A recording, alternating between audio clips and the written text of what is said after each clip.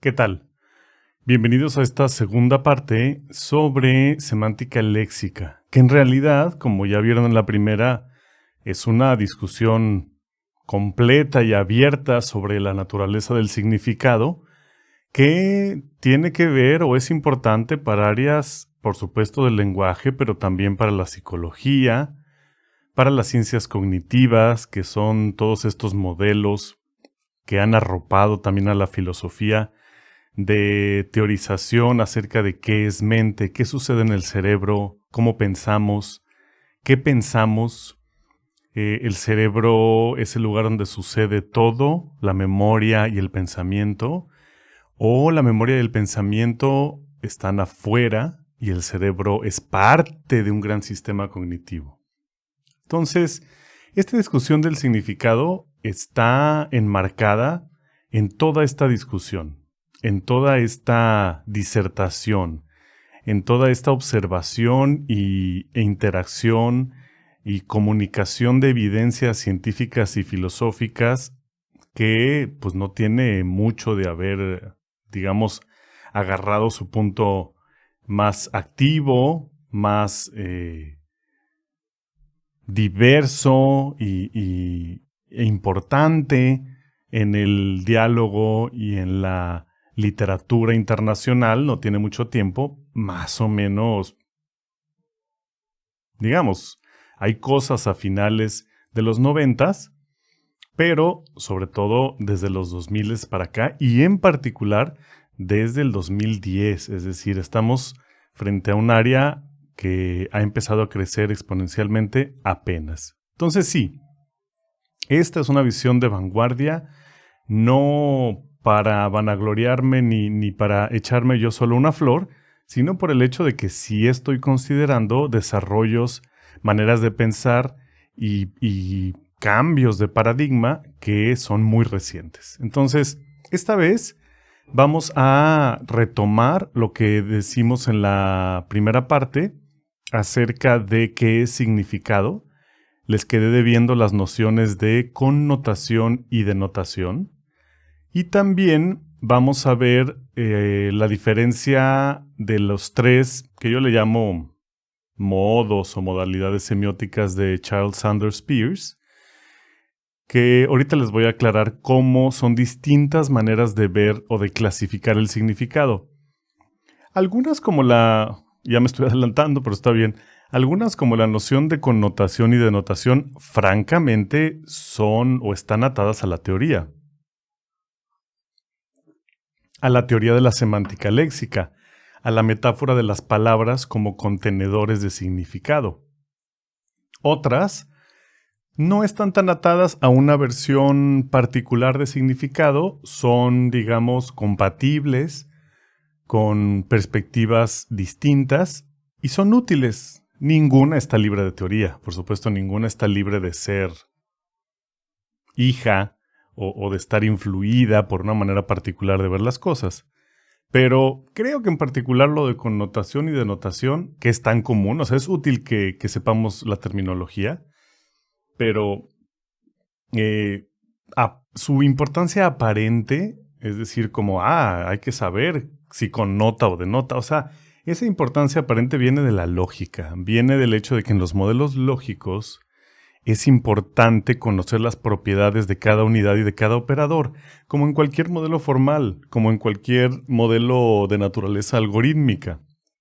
¿Por qué? Porque de las características de cada unidad o de cada operador depende el funcionamiento del sistema, depende la aplicación de ciertas reglas o de ciertas operaciones o de la descripción de ciertos patrones. Pero el lenguaje no es así, como ya lo dijimos en la primera parte y como ya lo he dicho también en otros videos en este canal.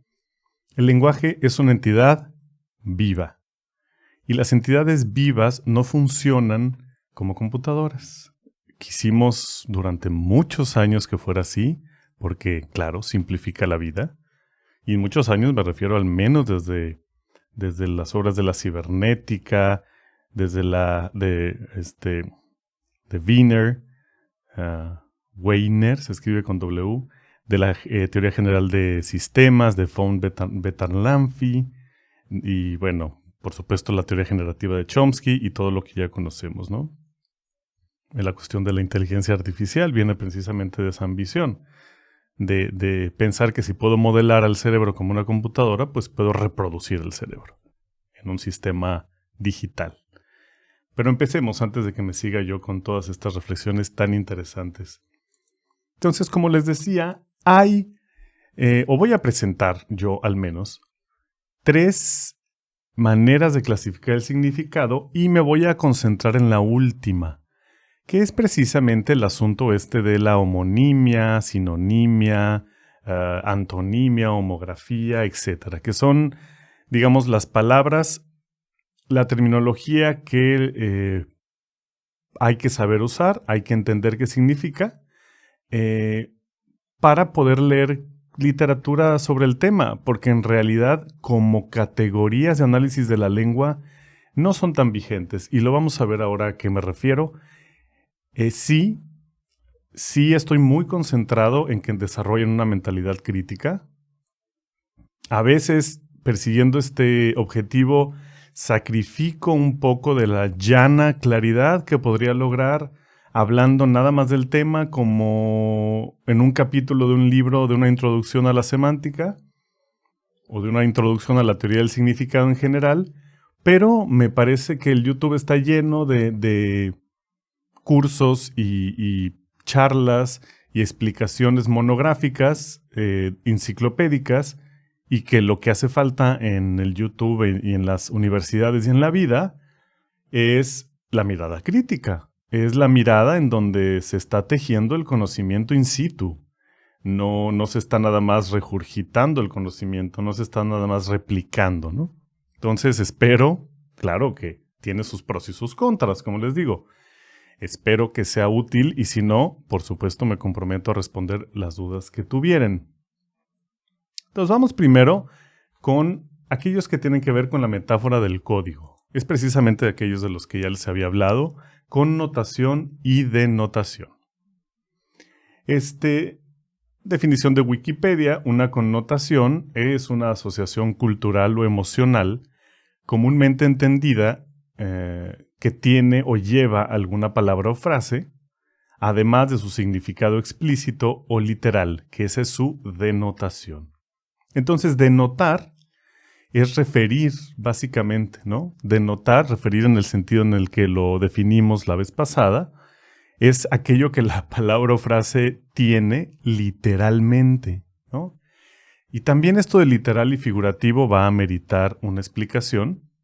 Ya grabaré también un video al respecto, porque creo que es un tema interesante también en varios ámbitos y sobre todo cada vez más que las teorías cognitivas se están uniendo con la cuestión de la metáfora conceptual y de las consideraciones sobre el funcionamiento del cerebro y la creatividad y las diferentes modalidades de pensamiento. Pero bueno, entonces, ¿qué es literal? Literal es que se supone que manzana quiere decir fruta roja, literalmente. Y los usos, otros usos de manzana como ya se comieron la manzana, ¿no? O sea, ese tipo de cosas sugerentes, digamos, de doble sentido, utilizadas en ciertos contextos. Esos son usos figurativos. Ahora, hay de todos modos, aun cuando uno está tratando o en un contexto explícitamente literal, hay connotaciones, es decir, hay significados que socialmente y culturalmente se entienden que puede uno o no querer usar. Entonces aquí tenemos la cuestión de la intencionalidad, que también es muy importante y normalmente no se ve como parte de la teoría del significado. ¿Qué tan importante es para el significado lo que yo intencionalmente quiero decir o no? Eso ya lo he comentado en otros videos y no me voy a detener en el tema ahorita porque es un gran tema. Estaría desviando el tren hacia un horizonte muy florido, pero que no corresponde con nuestro plan original de viaje. Entonces, pero piénsenlo. Justo cuando hablé el video pasado de Semántica Léxica 1 sobre la diferencia entre el significado del diccionario y el significado convencional, es eso, es decir, la palabra ballena significa lo que yo entiendo por ballena o lo que está en el diccionario que quiere decir ballena. ¿Qué es significado? ¿Significado lexicográfico o significado de uso? ¿De uso para mí solo o de uso para una sociedad? Es decir, ¿la representación del lenguaje es individual o es colectiva? Si yo tengo una manera particular de entender ballena, que para mí connota una experiencia muy cercana con ellas porque mis papás son biólogos marinos y nadé con ballenas durante toda mi infancia, ¿eso le da o no le da un significado distinto a la palabra ballena o a la mención de una ballena para mí que para otras personas? ¿No connota algo más? Entonces, vamos viendo cómo la cuestión de connotación y denotación en realidad es una licencia para la semántica léxica para decir, ¿hay algo ahí que las palabras sí llevan? ¿Sí tienen central literal? Y hay otra cosa que como que sí también la llevan, la connotación, pero es más de carácter asociativo. Pero pues no todo en el significado es asociativo, es decir, ¿dónde traza uno esa línea? No voy a negar, y en algún momento tuve una discusión con uno de mis maestros, el doctor Ricardo Maldonado, por cierto, que me decía, bueno, pero eso en el doctorado, me parece, o en la maestría, decía, bueno, yo acepto que tú me digas, en ese entonces estábamos discutiendo sobre gramática cognitiva, un modelo muy bonito, ¿no? Yo creo que ya superado también, estructuralistamente superado, es decir, que había cargado con esa carga del estructuralismo, nada más que la volvió mental. Están los libros de Ronald Langacker y hay ciertas introducciones. Hay una creo que de Dick Gerets. Pero bueno, estábamos discutiendo lo de gramática cognitiva en ese entonces y yo insistía en que el significado no podía ser una entidad fija en el sistema, ¿no? El significado tenía que ser algo orgánico, que se negociaba, que casi que emergía, ¿no? En el sentido de Hopper, de gramática emergente de Hopper. Y él me decía, bueno, pero de alguna manera hay que convenir que sí hay algo que podemos considerar el significado básico. Ahora sí creo que definitivamente no, pero para eso tendría que explicarles cuál es el cambio de punto de vista entre el estructuralismo y la teoría dinámica de sistemas dinámicos, por ejemplo, ¿no? Pero bueno, el punto es que, ok, vamos a considerar que sí hay algo básico en el significado y luego ya lo discutiremos, si quieren, en un sentido filosófico, pero eso que es básico en el significado también es móvil. Entonces no puedo decir nada más que manzana, la fruta roja, es el significado básico de la palabra manzana y que todo lo demás es connotación o polisemia, ¿no? Entonces tengan eso en mente. Denotación es lo que la palabra desde el punto de vista de la semántica léxica quiere decir y connotación es aquello que se da a entender también por esa palabra a nivel colectivo o social, que me imagino que la connotación tiene que ver con actitudes ideológicas, prejuicios culturales, creencias, como si la palabra vieja tiene una connotación machista, tiene una connotación de inequidad de género, de violencia simbólica, ¿no? Ahora que se discute tanto, con justa razón y afortunadamente, el tema de la equidad de género. Entonces, tal vez la palabra connotación justo refiera a eso, a las connotaciones ideológicas, culturales o emocionales. Pero la cuestión no acaba ahí. Entonces vamos a dejarlo de momento y si salen más temas o preguntas, lo seguiremos discutiendo. Como definición básica, me parece que podemos avanzar. En tercer lugar, les decía que había estas cosas basadas en la metáfora del código, que es esto de connotación y denotación. ¿Por qué basadas en la metáfora del código?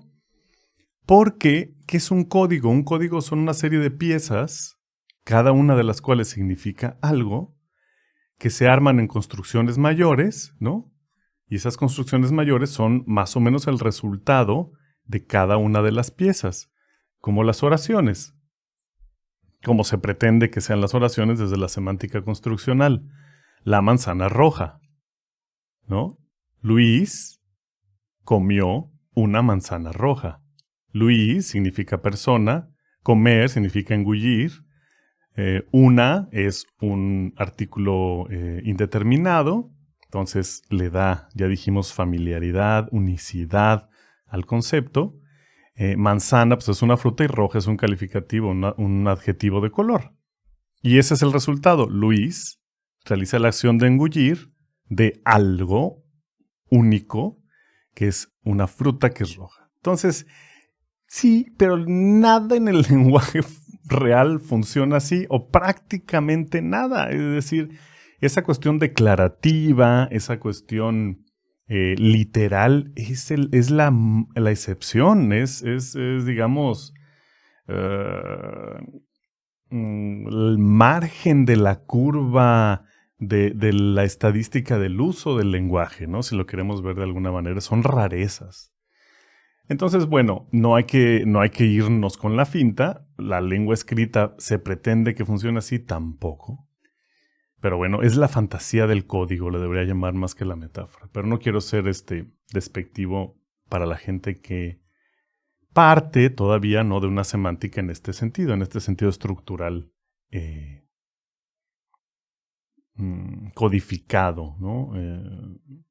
Desde un punto de vista más clásico, tradicional de la lengua. Pero bueno, a eso me refiero. Con tipos semióticos, que es esta tercera parte, me refiero más bien a que nosotros utilizamos cosas para significar cosas o para indicar a nuestro interlocutor, de ahí la noción de intersubjetivo, es decir, los significados no van de aquí para allá, los significados van de aquí para acá, es decir, se están negociando. A veces yo digo algo y tú utilizas ciertos recursos para tratar de que yo aclare a qué me refiero y entonces en qué momento se acaba de construir el significado. Si yo te dije algo queriendo significar algo, pero tú refinaste esa significación, entonces el significado lo construimos juntos, ¿no? Eso se refiere a intersubjetividad, que yo antes pensaba, como creo cualquier estudiante de antropología, de ciencias del lenguaje, de lingüística, de psicología, que en efecto, ¿no? Pues la lengua era de una persona, ¿no? La lengua tenía que ser de una sola persona para que pudiera ir de aquí a allá. Pero cuando me he metido a estudiar análisis de la conversación y estudios de análisis de la conversación desde Sachs, Shegloff, bueno, y toda esa banda que hace trabajos tan interesantes, pues te das cuenta que hay un montón de ejemplos sobre conversaciones en donde uno se percata que siempre hay una negociación, que siempre hay una construcción, que siempre la mitad del significado, la mitad del sentido, de la comunicación, está en uno, pero la otra mitad está en el otro. Entonces nunca hay unidad si no hay otro. Entonces no hay que pensar la lengua como una entidad monológica, como una entidad de una sola persona, de un solo hablante.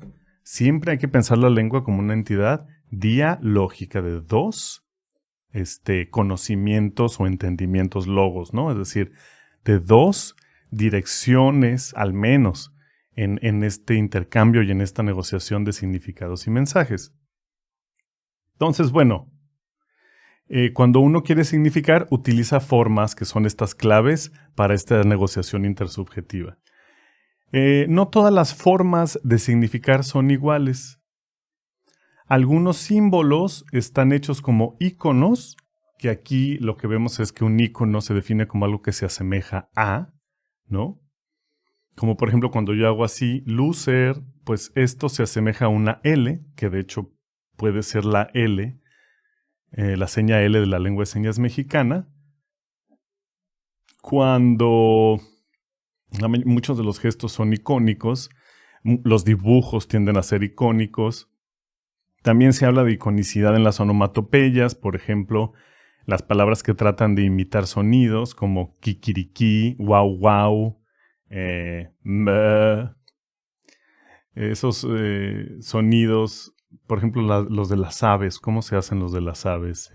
Cuiqui, cuiqui, ¿no? Por ejemplo, aquí en Culiacán hay un ave que se le dice el piticuy, ¿no? Y hasta hay una frase, ya te cantó el piticuy, es decir, ya se te hizo tarde. O ya te fuiste, ya te perdiste en la inmortalidad del cangrejo. Y ese piticuy es justamente el sonido o la onomatopeya del sonido que hace el ave. Entonces también hay iconicidad ahí. Por el otro lado están los índices, cuyo significado no es algo, no es como una especie de referente en el sentido clásico, sino es algo que señala. Obviamente, pues, el dedo que señala es el ejemplo clásico, pero también hay indexicalidad, se le dice, en palabras como esto, aquello, eso de más allá, tú, yo, ayer, hoy. También se consideran indexicales porque, por ejemplo, ayer y hoy, ¿qué significan? Pues están señalando al día anterior a hoy. Hoy señala al día presente y mañana señala al día que sigue al día que es hoy. Entonces no tienen un significado como un referente como manzana, ciudad, árbol, edificio, incluso política, aunque sea un referente muy abstracto. Sino son cosas que señalan. Y en tercer lugar, lo propiamente simbólico, que aquí lo estoy definiendo como una relación arbitraria, en donde supuestamente, grandes comas, no hay ni iconicidad, es decir, no hay motivación en la forma, no se parece a su significado en ninguna medida, ni tampoco hay indexicalidad, es decir, no señala nada, es tal cual un signo. La palabra política no tiene nada que ver con el significado de política. ¿Por qué se llama política? Porque así lo decidimos. Eso es arbitrario, no motivado, porque sí, sin razón, ¿no? A eso se refiere arbitrariedad. ¿Realmente existe arbitrariedad en el lenguaje? Si uno piensa, por ejemplo, la palabra política, pues tiene una raíz griega, ¿no? O grecolatina. Y si tiene esa raíz, pues no es que se nos haya ocurrido ayer decirle política a la política. Hay una historia, ¿no? Etimológica. Las palabras tienen raíces. Perdón por el micrófono. Y si tienen raíces, pues no están motivadas. No son más orgánicas de lo que las queremos caracterizar. Pero bueno, esa es una discusión padrísima también. También podemos hacer un video al respecto. Pero bueno, por cierto que voy a poner aquí un par de referencias sobre iconicidad, indexicalidad, algunos trabajos míos, aquí en la descripción del video, por si los quieren consultar, por si alguien ahí, entre ustedes, en ese espacio abstracto infinito que es el Internet, se les antoja ver un poco más a profundidad estos temas. Perdón. Entonces, como decía, no es lo mismo un gesto como o, ¿no? Que tiene una característica global, es decir, su manera de significar no es hacer como una vinculación directa con un concepto, con un referente, ni señalar algo, sino es global en el sentido de que es algo más abstracto que un significado y permanece indeterminado hasta que entra en una construcción, ¿no? En ese sentido, como que la semántica de la gestualidad es cuántica o es probabilística, como lo quieran ver, ¿no? Es una mancha de probabilidad ahí. Entre las cosas que puede querer decir, tampoco puede querer decir cualquier cosa, ¿no? Hay muchas restricciones en la gestualidad. Un ejemplo es este. El gesto de OK, pues no es así, ni así, ni así, ni así, ¿no? Es así. O sea, tiene ciertas restricciones en su forma, pero su significado es lo decimos muy general. No, ¿qué quiere decir muy general? Quiere decir que es probabilístico, que no es, sino que puede ser una serie de cosas. Lo mismo podríamos decir de las palabras de la lengua oral, de las palabras de la lengua escrita. Ninguna palabra o significado es hasta que no se le usa. Pero en los gestos es más patente esta cosa, ¿no? Porque si digo, por ejemplo, en este caso la palabra pollo, pues alguien muy lexicalista, muy estructuralista, sí podría discutirme que pollo quiere decir pollo. O sea, no hay problema en afirmar eso. Que pollo se puede proponer como una cosa abstracta y una palabra suspendida en el infinito lexicográfico que quiere decir algo. Pues sí. Es uno de los modelos probables. Mi pregunta ahí sería, ¿y dónde está? Porque, digo, no les quiero hacer el cuento largo, pero la evidencia neurológica y neurocognitiva no apoya el hecho de que el cerebro sea un disco duro en donde están grabadas palabras y reglas para unirlas como pretendería una gramática. Bueno, entonces la diferencia entre gesto y palabra oral, en este caso, o escrita, pues es patente, ¿no? Son maneras distintas de construir símbolos, de construir signos, ¿no? Para dejar la palabra símbolo exclusivamente para aquello que hemos llamado arbitrario. Entonces, son maneras distintas de construir signos. Eso es semiótica, la teoría del signo. La pueden encontrar como la teoría del símbolo, pero insisto, yo estoy dejando símbolo para el tercer tipo de esta modalidad semiótica desde la propuesta de Charles Sanders Peirce. Entonces, también tengo palabras, que aquí por supuesto el Word me la censura, como o sea, no es lo mismo decir pollo que decir Las dos son manifestaciones orales de la lengua, pero son distintas modalidades semióticas. Se parece más a un gesto que pollo. Hola está como ahí en medio. Hola es como indexical, es decir, si está señalando, porque pues hola te lo estoy diciendo a ti, te está señalando a ti. Claro, pollo también te lo puedo decir a ti, oye, ¿quieres pollo? Pero pollo está refiriendo a un pollo, o a la idea de pollo, o al significado emergente de pollo en ese contexto en particular. Mientras que hola no quiere decir otra cosa más que un llamar la atención tuya de manera salutativa, si le quieren llamar de una forma así muy científica, un salutativo, ¿no? O sea, entonces, tengo aquí por lo menos 4 modalidades semióticas que claro que no estamos metiendo en un montón de cajoncitos, o sea, estamos con estas 3, ¿no? Entonces, puedo decir que es relativamente icónica, hola, pues es indexical, pollo es un signo arbitrario, y aquí en el gesto, pues tengo algo icónico relativamente o metafórico, se le dice en algunas interpretaciones, por ejemplo en la de David McNeill. ¿Por qué? Porque, pues metafóricamente, estas manos pueden querer decir la caja era de este tamaño, ¿no? O icónico porque en efecto estoy estableciendo una longitud entre mis manos para indicar de qué tamaño era la caja. Pero la mirada definitivamente es indexical, o sea, la mirada siempre es indexical, es indicativa de un ahí, de un señalamiento, aunque algunos señalamientos son más abstractos que otros. Entonces sí, vean, este sería a nivel de la modalidad semiótica, muy útil, muy importante, mucho más relevante, creo, y esto es una opinión personal como todo lo que estoy diciendo aquí, mucho más importante, creo, que la noción, la diferencia entre connotación y denotación, que insisto, como está tan atada a la versión particular que tiene la semántica léxica del significado, pues en cuanto uno deja de ser semantista léxico, pues como que ya las nociones esas no son tan útiles para el análisis, pero esta sí.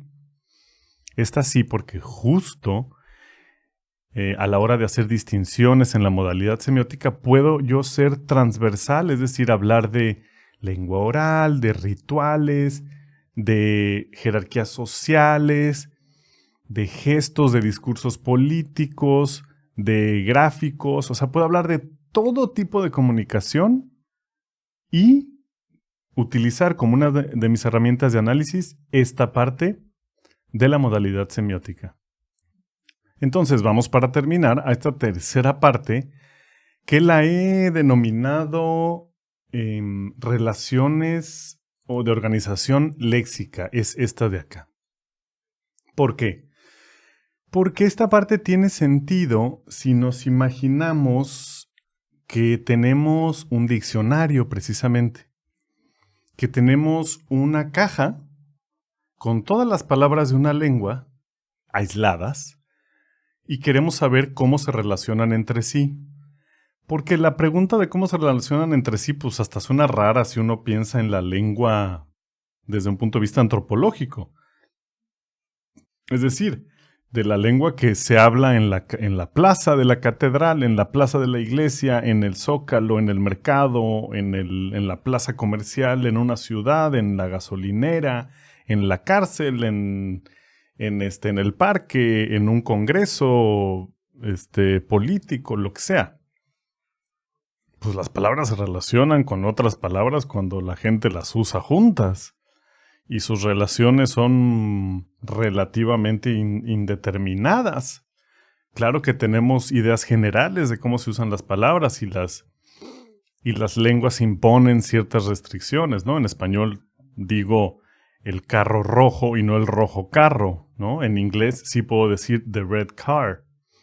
Entonces hay ciertas restricciones, por supuesto, pero pues se asocian cuando se usan últimamente, ¿no? Pero bueno, volviendo a estas, digamos, terminologías, metalenguajes, como habíamos dicho en la primera parte, metalenguajes dependientes del modelo, en este caso este modelo pues un poquito muy literario, muy de la lengua escrita, que es la semántica léxica, que no considera a las personas, ni a la mente, ni a la cultura, ni a la interacción. Es decir, es un modelo muy chiquito, muy enfocado en el trabajo lexicográfico. Y digamos, de una primera descripción muy sencilla de un vocabulario de una lengua, que, insisto, es útil, pero para ser un vocabulario, no como idea de qué es la lengua en general. Pues está bien, ¿no? Entonces, por eso lo estamos, en esa justa medida lo estamos viendo. Para mí lo importante no es desechar modelos y desechar herramientas, a menos que de plano sean inconsistentes, incompatibles con nuestra visión de cómo es el fenómeno de estudio. Para eso pueden ver estas otras charlas que tengo en esta misma serie sobre teoría y método. Para distinguir justamente abstracción explicativa, de generalización y qué es la formación de un objeto de estudio, pero bueno. Si es totalmente incompatible con mi objeto de estudio, claro, ni modo. Ya habrá otra ocasión para usarla o no. Pero hay que reconocer, si la decidí usar, cuáles son sus límites, cuál es su lugar, ¿no? La semántica léxica no tiene un lugar en la descripción de qué es la lengua. Tiene un lugar en la descripción de cómo se hace un diccionario y cómo se hace un vocabulario. Y si en un vocabulario yo voy a considerar sinónimos y antónimos o no. Y cuando utilizo la palabra sinonimia, como veremos ahorita, pues es porque quiero organizar ciertos términos que más o menos hablan de lo mismo, aunque en la lengua en general sepa yo que no existe tal cosa como la sinonimia, ¿no? Bien. Entonces, de estas relaciones de organización léxica, las divido en tres: semejanza, sinónimo y antónimo, asociación, homonimia y polisemia, y por su forma, homofonía y homografía. ¿Ok? Vamos a verlas. Primero, la sinonimia, la famosa sinonimia. Ay, aquí me está corrigiendo petateó. ¿Por qué? ¿Por qué, Office, no conoces la palabra petateó o pa adelante? ¿Qué pasa? Bueno, entonces sinonimia. Murió, feneció, falleció, se esfumó, dejó de existir, colgó los tenis, se estiró la pata, se nos fue, se nos adelantó, se petateó. Pasó a mejor vida, entregó el equipo, se le fundió el chip. Lo sacaron con los tenis pa'lante, se lo cargó el payaso y otras que son con groserías. A mí me gustan mucho las groserías, pero estoy tratando de hacer bastante neutral este video, esta charla. ¿Son sinónimos? No. ¿Por qué? Porque aunque quieren decir lo mismo, es decir, que alguien se murió, no se usan en el mismo contexto. Nunca, nunca, ninguna palabra es equivalente a otro. Recuerden esta frase y grábensela en la frente. No hay nada en el sistema, claro, en una visión muy amplia de sistema, no la visión estructuralista que teníamos, una muy amplia. No hay nada en un sistema que equivalga a otra cosa. Nada. Hay una frase en francés que me enseñó otra investigadora, Cecilia Rojas, que es la langue est un système où tout se tient. La lengua es un sistema donde todo encaja, una frase atribuida a Ferdinand de Saussure, el padre del estructuralismo lingüístico. Entonces, nada está en lugar de otra cosa. Todo tiene su propio lugar, ¿no? Y también es una cosa muy bonita que podríamos extender a la vida. Cada uno de nosotros somos únicos y necesarios. Ninguno de nosotros somos prescindibles. Y nadie está en lugar de otra persona, ¿no? O alguna vez leí una frase interesante en internet que decía, solo puedes ser tú porque todos los demás ya están ocupados, ¿no? Entonces, es exactamente esto. Si yo tengo, por ejemplo, un contexto como una llamada telefónica, imaginen, ¿no? Que digo, Juan, te hablo porque lamento decirte que tu mamá, ¿qué digo? Murió. Ok. Falleció. Feneció es raro en el español mexicano. Se esfumó no lo usaría y así yo creo que ninguna de las tres. Oye, Juan, te hablo porque, digo de las tres, ninguna de las siguientes de estas tres usaría, ¿no? Oye, Juan, te hablo porque lamento decirte que a tu mamá se la cargó el payaso. Pues no, o sea, es un contexto serio.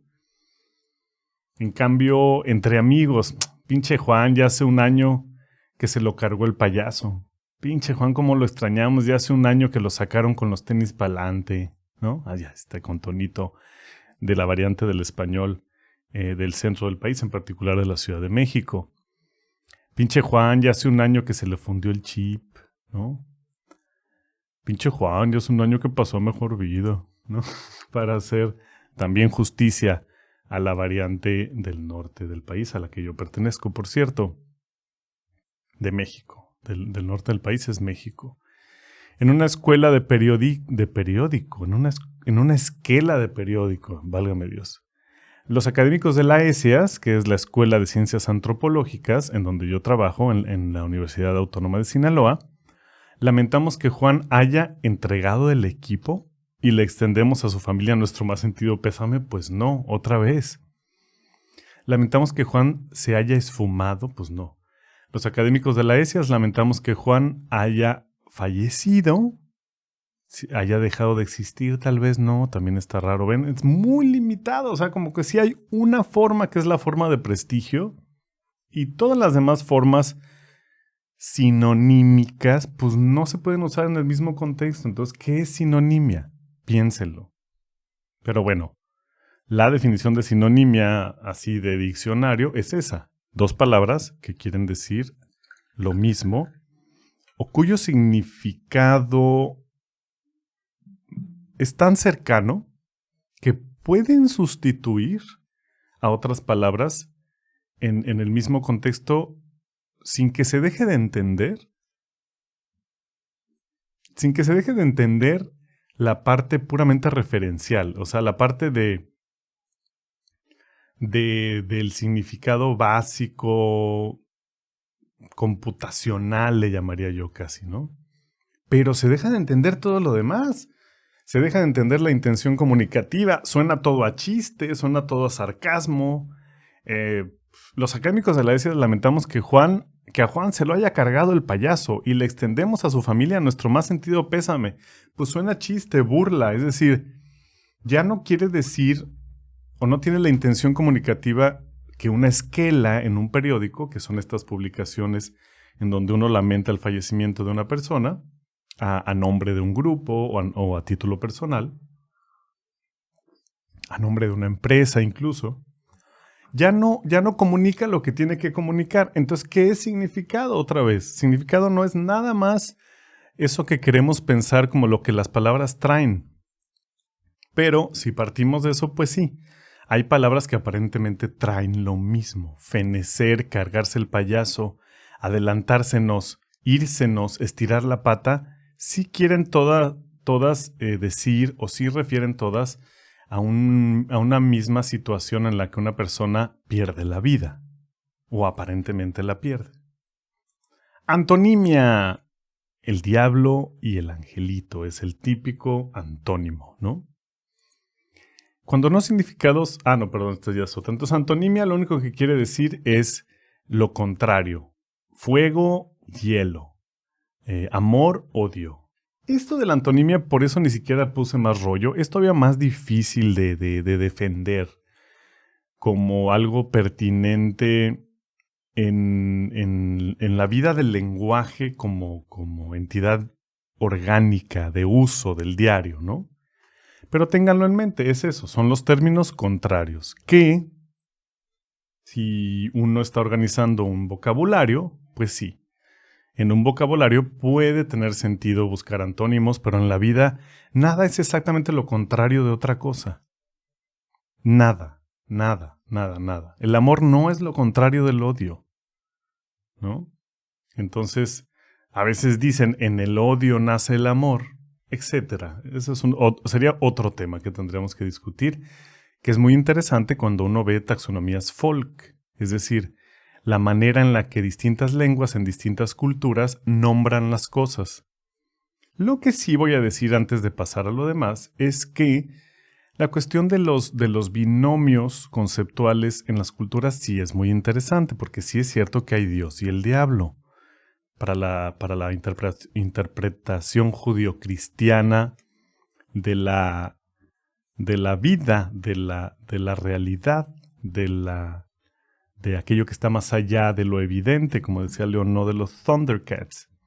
Es decir, sí hay dos, sí hay siempre como que malo, bueno, arriba, abajo, fuego, frío, ¿no? Entonces, sí culturalmente y lingüísticamente establecemos contrarios. Eso sí tiene sentido. Tiene sentido como particularidad de nuestras culturas dualistas. Yo y el otro, por ejemplo, es la gran dualidad de la antropología. Pero no tiene tanto sentido como relación de los significados en un lenguaje, porque nada es lo contrario del otro. Bueno, uno podría decir sí y no. O sea, sí y no, pero a veces decimos no. No voy a decir que decimos no como un sí, porque eso tiene ahora sí que connotaciones muy fuertes en esta discusión ideológica sobre la equidad de género, no.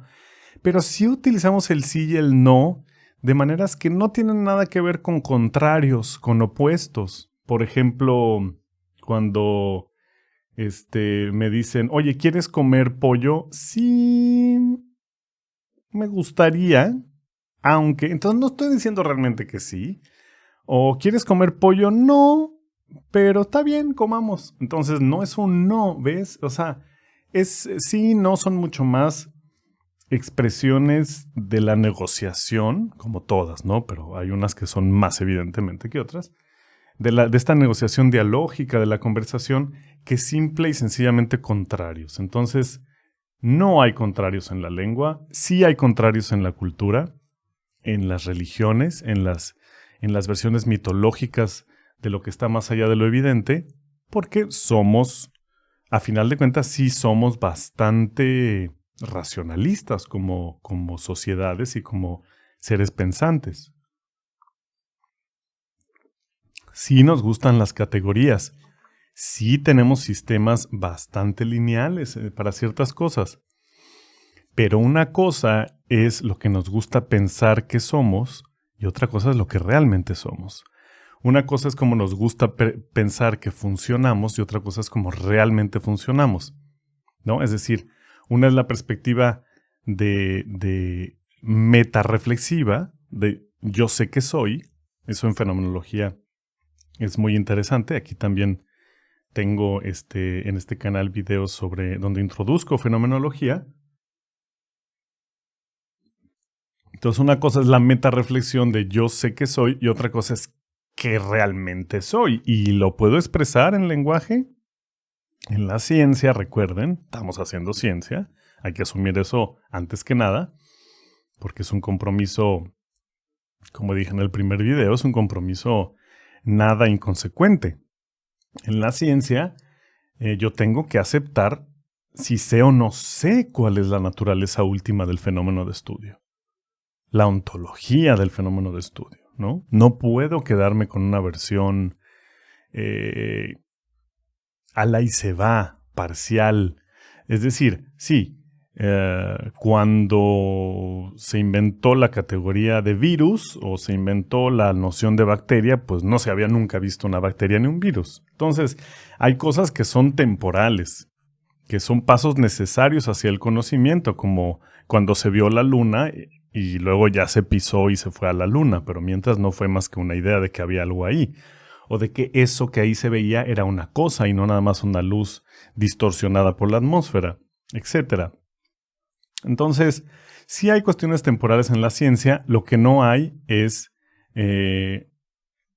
metáforas vacías, o no debe haber metáforas vacías, de que pues eso me funciona para apoyar mi modelo como yo quiero interpretarlo, aunque tal vez no quiere decir nada y no me importa, ¿no? Ese es como un afán así muy derrotista de ciencia, que no corresponde con la labor científica, que es la de describir, observar, describir, identificar patrones en la realidad y a veces predecir y a veces generar comparaciones y generalizaciones. Eso es nada más. La ciencia es independiente de las ideologías. Cada quien decide desde dónde hace esto. Entonces, por eso lo de antonimia, volviendo al tema, por eso lo de antonimia lo veo como una metáfora vacía. No porque no sea interesante y no pueda yo decir que hay antónimos en la cultura, sino porque en la lengua, a la hora que uno la observa, no veo dónde está. Entonces, bueno, ahí la dejamos. Luego, tenemos estas relaciones en la organización léxica que son asociativas. Entonces vamos a distinguir entre polisemia y homonimia. Cuando dos significados o más, cuando dos significados diferentes o más están conectados entre sí, se dice que la palabra es polisémica, conectados entre sí. La polisemia es, por tanto, el fenómeno que se produce cuando una palabra expresa significados diferentes pero relacionados, cercanos. Entonces, no es una diferencia tajante, es una diferencia de distancia en el significado, por llamarle de alguna manera, porque pues, en este caso distancia es bastante abstracto, muy metafórico, porque no hay distancia entre significados.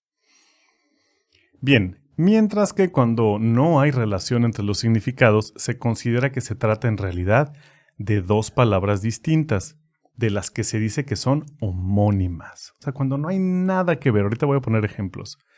La homonimia es el fenómeno que se produce cuando hay igualdad o confluencia en una misma forma de dos o más palabras con significados diferentes y no relacionados entre sí. De las palabras que se encuentran en esta situación, se dice que son homónimos. Muy bien. Entonces, vamos con la palabra banco.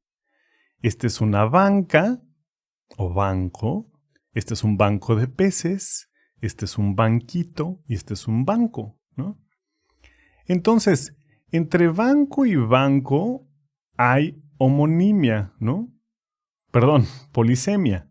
Entonces hay toda una serie de bancos. Hay toda una serie de cosas que se identifican con la palabra banco, aunque con ligeras variaciones. Entonces ahí hay una especie de polisemia, ¿no? Porque son significados relacionados. el banco, el banquito, ¿no? La banca, son significados relacionados. Mientras que entre banco y banco de peces o banco hay homonimia, ¿sale?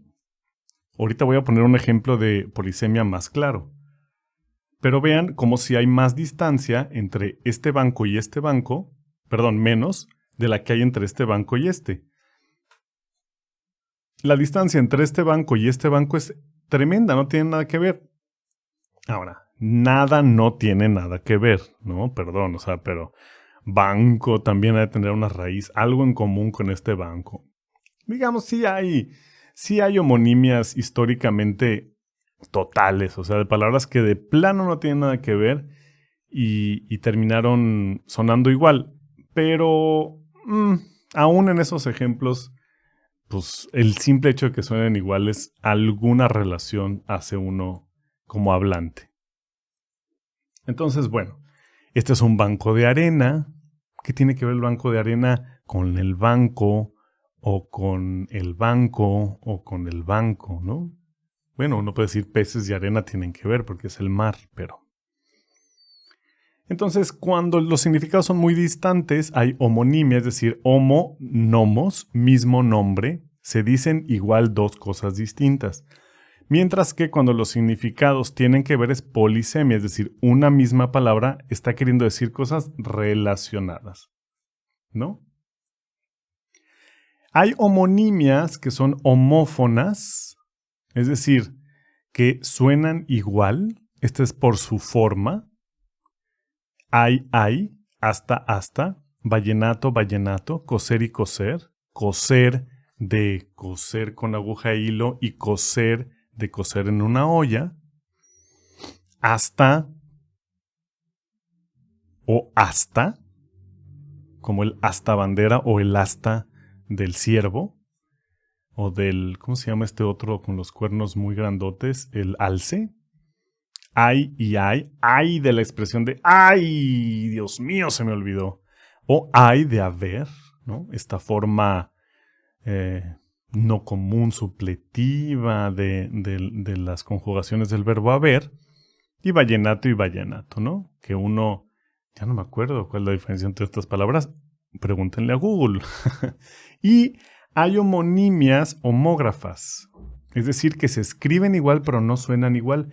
Eso en español no, creo que no hay ejemplos. O tal vez sí hay y yo no los tengo a la mano. Pero aquí tengo ejemplos del inglés donde sí hay, desgraciadamente para los que hemos aprendido inglés, palabras que se escriben igual, homógrafas, de ahí homógrafo, se escribe igual, pero no suenan igual. Entonces se escribe R-E-A-D, pero cuando significa leer se dice read, y cuando significa leyó en pasado se dice read. Read, read, y se escribe igual. Were you able to read the book that I gave you? ¿Fuiste capaz o te fue posible leer el libro que te di? Y la respuesta, yeah, I read it yesterday. Sí, lo leí ayer, pero se va a escribir igual. Tear es otro ejemplo, tear, que en desgarrar, tear apart. Y en lágrima, tear. Tear, y se escribe igual, ¿no? Entonces hay homonimia homófona y homonimia homógrafa. Y por supuesto que hay homonimia homógrafa homófona, es decir, palabras que son dos palabras distintas, pero se escriben igual y suenan igual. En español o en castellano, las palabras homógrafas son todas homófonas. Es lo que decía, en el inglés no. En el inglés hay homonimia homógrafa no homófona, ¿sale? Es decir, dos palabras que son idénticas en algún sentido, pero son dos palabras distintas, son significados distintos, no relacionados, que se escriben igual, pero no suenan igual, o que se escriben igual y sí suenan igual, ¿no? Grafo, fonos. Eso es todo. Entonces, por ahí tenía un ejemplo de bajo, que no sé dónde lo dejé. donde buscaba en el diccionario. Bueno, quién sabe dónde lo dejé. Se los debo. Lo que tenía era un ejemplo en donde veía las acepciones del diccionario de la palabra bajo, ¿no?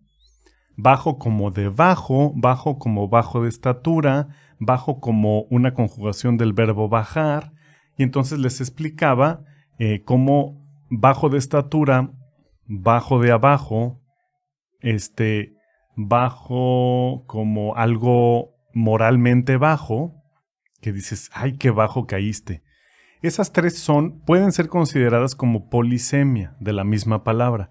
Mientras que bajo, del verbo bajar, pues es otra palabra. Entonces hay homonimia, ¿no?